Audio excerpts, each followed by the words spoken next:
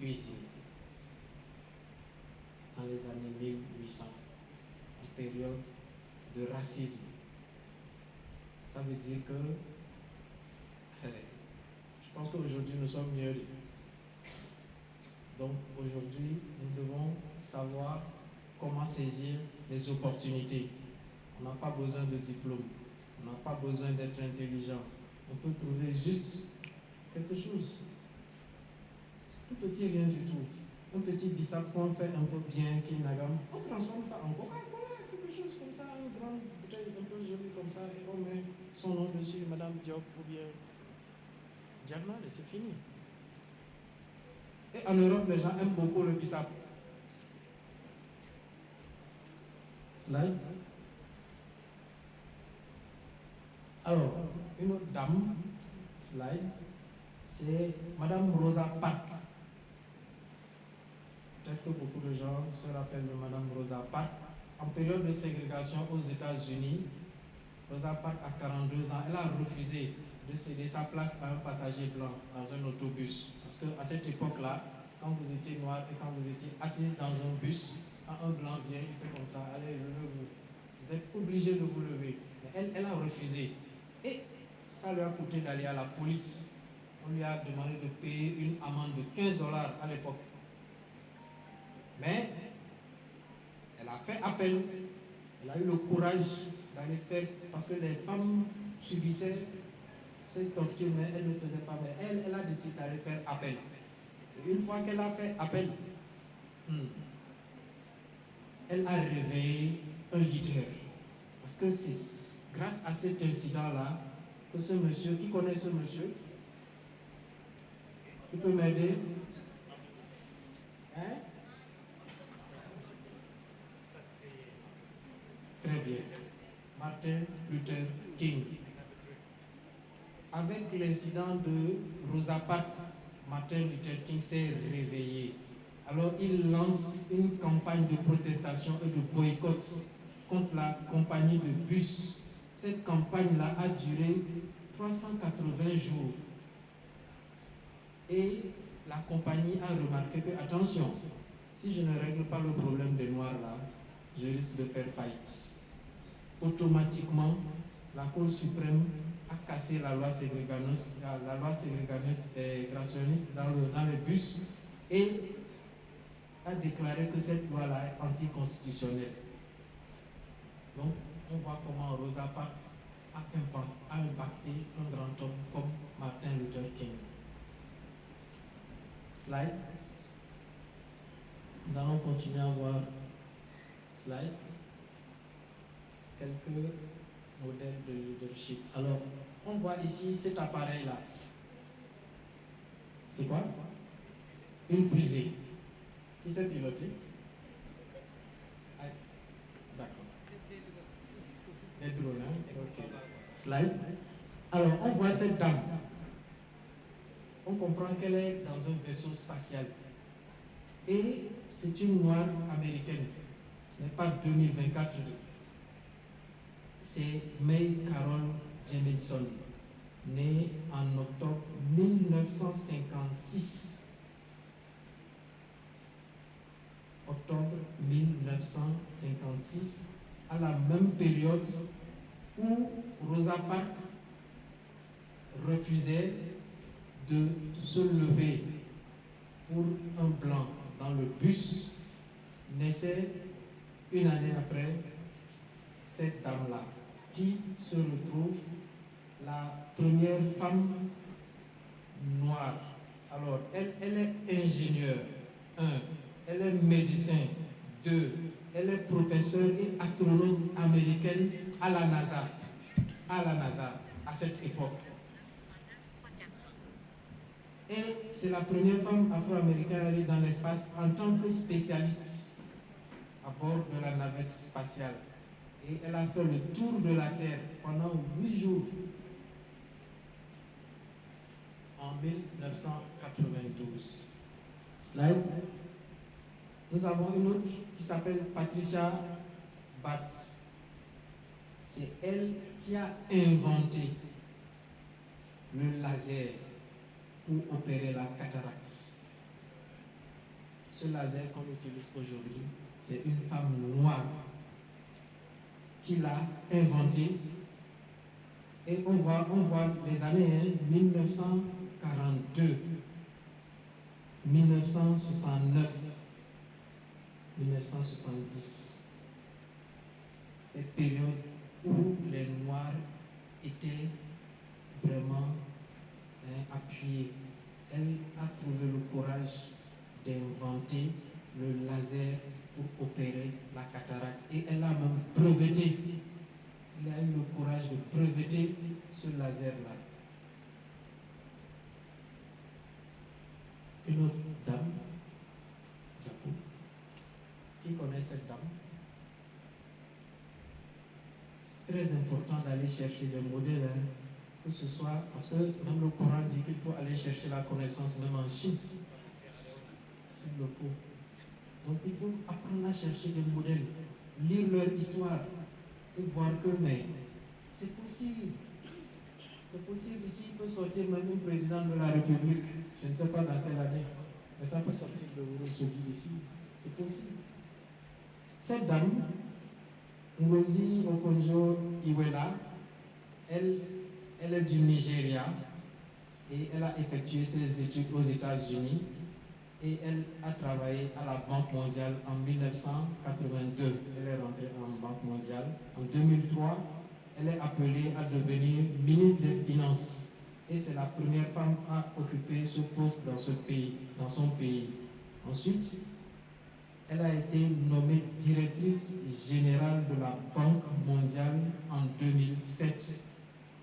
Et on l'a rappelée pour devenir encore ministre des Finances de 2011 à 2015. Et vous voyez comment elle est habillée. Elle s'habille toujours comme ça, sans complexe.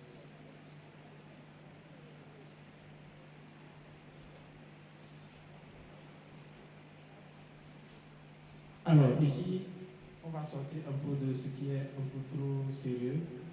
Ici, c'est une Miss. On voit qu'elle est noire, mais elle a été élue Miss Univers 2019. Ça veut dire que le monde entier, une Miss. On va revenir sur la photo, s'il vous plaît. Vous allez voir qu'elle a un teint bien noir. Elle a les cheveux courts. Ça n'a pas empêché qu'elle soit Miss.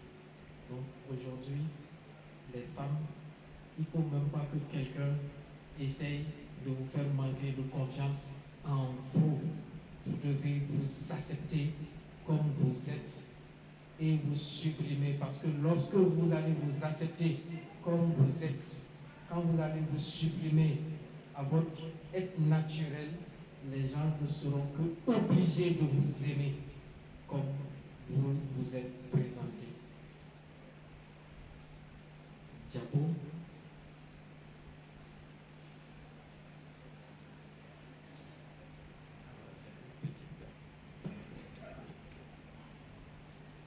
Alors, aussi on ne peut pas parler que des Américaines sans parler d'une Sénégalaise. Là, normalement, je devais même me lever parce que Diapo, cette dame, c'est le professeur Maïmouna Ndour Mbaye. Elle est directrice du Centre national de diabétologie Max Sankale de l'hôpital Abbas Ndao à Dakar. Et elle a fait toute sa carrière au Sénégal. Elle a développé des programmes de gestion de diabète dans des pays à ressources limitées et développé l'utilisation de l'outil numérique comme la téléconsultation pour améliorer l'accès aux soins. Diapo. Bon, on a parlé trop de noir aussi, on va parler un peu de ce qui est un peu blanc aussi. Qui connaît Mère Teresa. Elle est riche. Elle est riche. Qui pense qu'elle est riche? Non. Elle n'est pas riche. Elle n'a pas fait de grandes études. Diapo. Mère Teresa, c'est l'amie des pauvres. C'est une petite enseignante et une infirmière qui s'est formée en 3 ans en infirmerie. Et avec cette connaissance-là, elle a aidé les pauvres, elle a créé, elle a fondé les missionnaires de la charité, prix Nobel de la paix. Et en une décennie, elle est devenue l'une des personnes les plus connues de la planète, une légende vivante. Seulement avec la charité, l'amour, la charité, la générosité. Diapo. Alors, peut-être quand on la voit dans une image qui est un peu coupée, là, on se dit qu'elle est un peu forte, un peu qui, vous voyez que ce n'est pas une affaire de taille ou bien de physique ou bien de diplôme. Là, elle était en train de recevoir une médaille aux États-Unis. Vous voyez, elle est encore plus petite que moi. Mais elle secoue les présidents. C'est vrai que c'est les présidents qui lui font des dons pour pouvoir financer ces campagnes de charité. Ça ne l'empêche pas de leur dire la vérité. Parfois, elle est invitée à des congrès à l'ONU. Elle leur dit exactement la vérité, même des vérités qui blessent. Parfois, quand elle finit de parler, il n'y a aucun des présidents qui n'a reçu une balle perdue. Mais elle repart toujours, l'esprit tranquille et avec beaucoup de dons.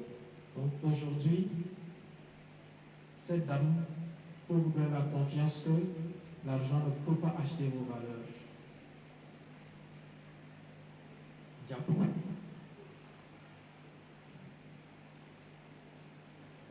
Bon, moi aussi, je vais profiter pour faire hommage à mon Amazon, Madame Coucou. Et cette statuette, c'est une statuette qui a été dédiée aux femmes Amazon du Bénin. Parce que au Bénin, pendant la colonisation, ce sont ces femmes-là qui ont lutté. On dirait que les hommes étaient partis au champ, et puis les femmes ont lutté, mais elles ont farouchement lutté. Les Amazones du Daoué. Et donc, quand on finit de voir toutes ces femmes, on a entendu une histoire d'une dame qui a traversé vraiment des difficultés et tout ça. La question que je vais vous poser aujourd'hui, que Martin Luther King a posée, est-ce que vous avez un plan de vie? Bon, je vais aller à la question la plus difficile. Ceux qui me connaissent un peu, j'espère que Madame ne venait pas là. Elle dit que je pose souvent des questions bizarres. Est-ce que vous avez un plan de vie? Qui a un plan de vie? Il y a un plan de vie ici. Un plan de vie personnel. Hein? Parce que quand on veut construire un bâtiment, quand on veut construire un grand bâtiment, il faut qu'un architecte, il s'asseye pour faire un plan, pour dire que bon, on va mettre ici des portes, on va mettre ici des fenêtres, il faut qu'on tourne la fenêtre comme ça parce qu'il y aura un peu de vent, le sable est un peu argileux, donc il faut qu'on creuse un peu 2 mètres, 3 mètres, 4 mètres au lieu de 1 mètre. Donc il fait bien son plan, ensuite qu'il donne au bâtisseur pour qu'il commence par mettre les pierres, pour qu'il commence par creuser. Donc quand on veut bâtir quelque chose, il faut un plan. Et vous êtes en train de bâtir votre vie, ce n'est pas terminé. Donc, qui a un plan? Ah, ça veut dire qu'on doit avoir un plan. Il faut avoir un plan de vie détaillé,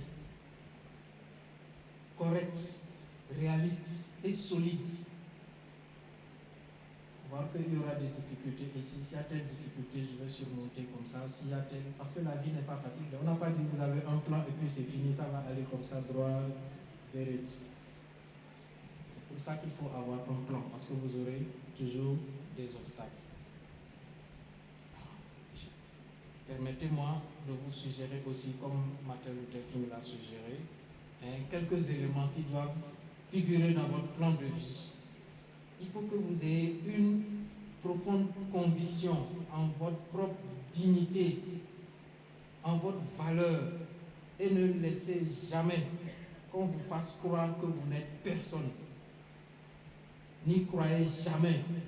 Quelle que soit l'attitude, quelle que soit la parole, vous étant adressé dans l'objectif de vous faire croire que vous n'êtes personne, n'y croyez jamais.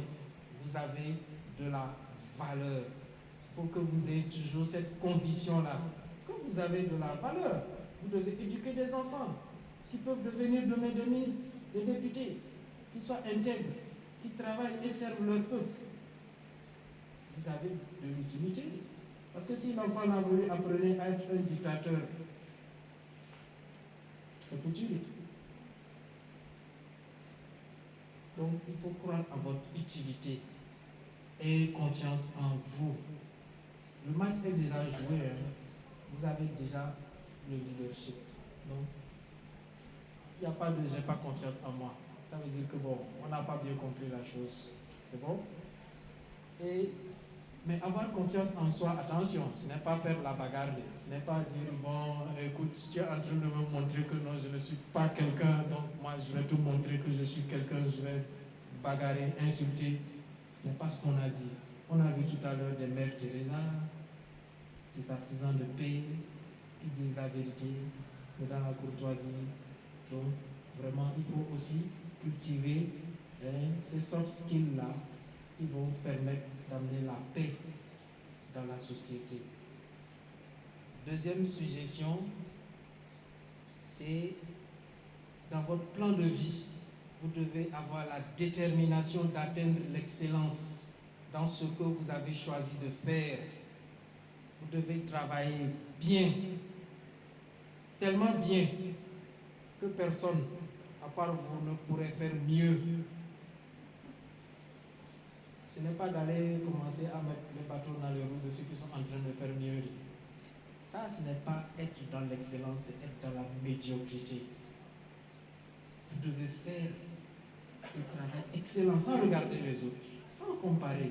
Vous-même, vous devez vous mettre sur vous qu'une fois que je suis sur mon travail, je vais faire mon travail tellement bien. Alors, si vous devenez une balayeuse, vous devez balayer bien, tellement bien, comme Madame Kumba Ngaolo, quand elle chante son concert là, elle chante bien. Quand vous venez, vous prenez votre balai pour faire votre travail de balayeuse, vous devez balayer tellement, même comme Baba Mal, quand il fait son concert là, il le fait bien. Vous devez tellement bien balayer que même les gens qui sont dans le ciel, et même ceux qui sont ici sur la terre, quand ils vous voient en train de balayer, quand on voit vous avez fini de balayer quelque part, quand on vient, quand on regarde ça, la personne va s'arrêter et dit, ah, en tout cas, ici, là, il y a quelqu'un vraiment qui balaye vraiment son travail. Est-ce que c'est une bonne chose, l'excellence?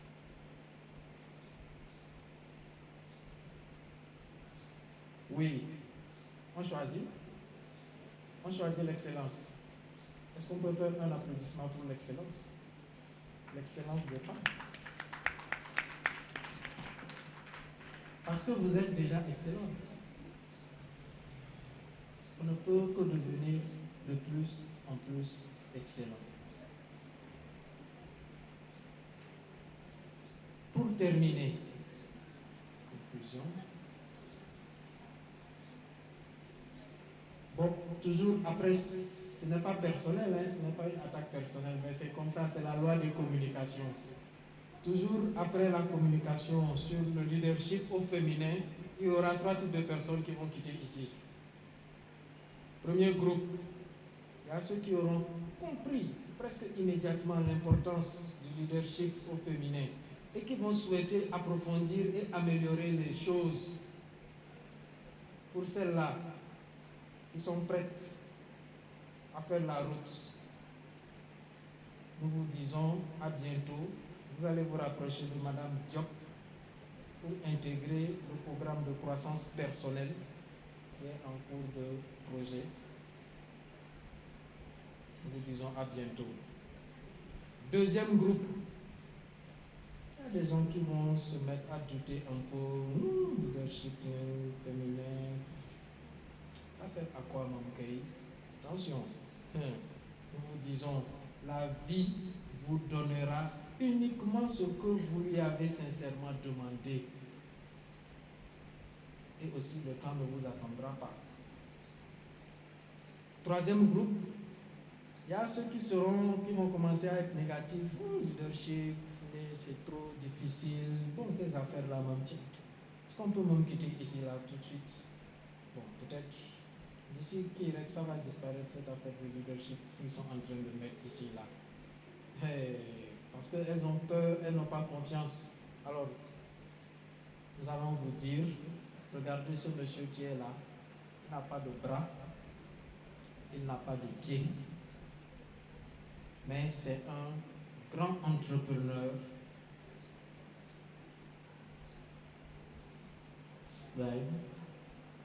Il a une belle famille qu'il a fondée, une femme qui a ses pieds, qui a ses mains, et lui, il se permet même de conduire un bateau. On le voit en famille et en train même de conduire le bateau avec sa fille. Quelqu'un qui n'a pas de bras, qui n'a pas de main. Ça veut dire que c'est possible. Il faut y croire. N'abandonnez jamais. Jamais, jamais, jamais. Je vous remercie.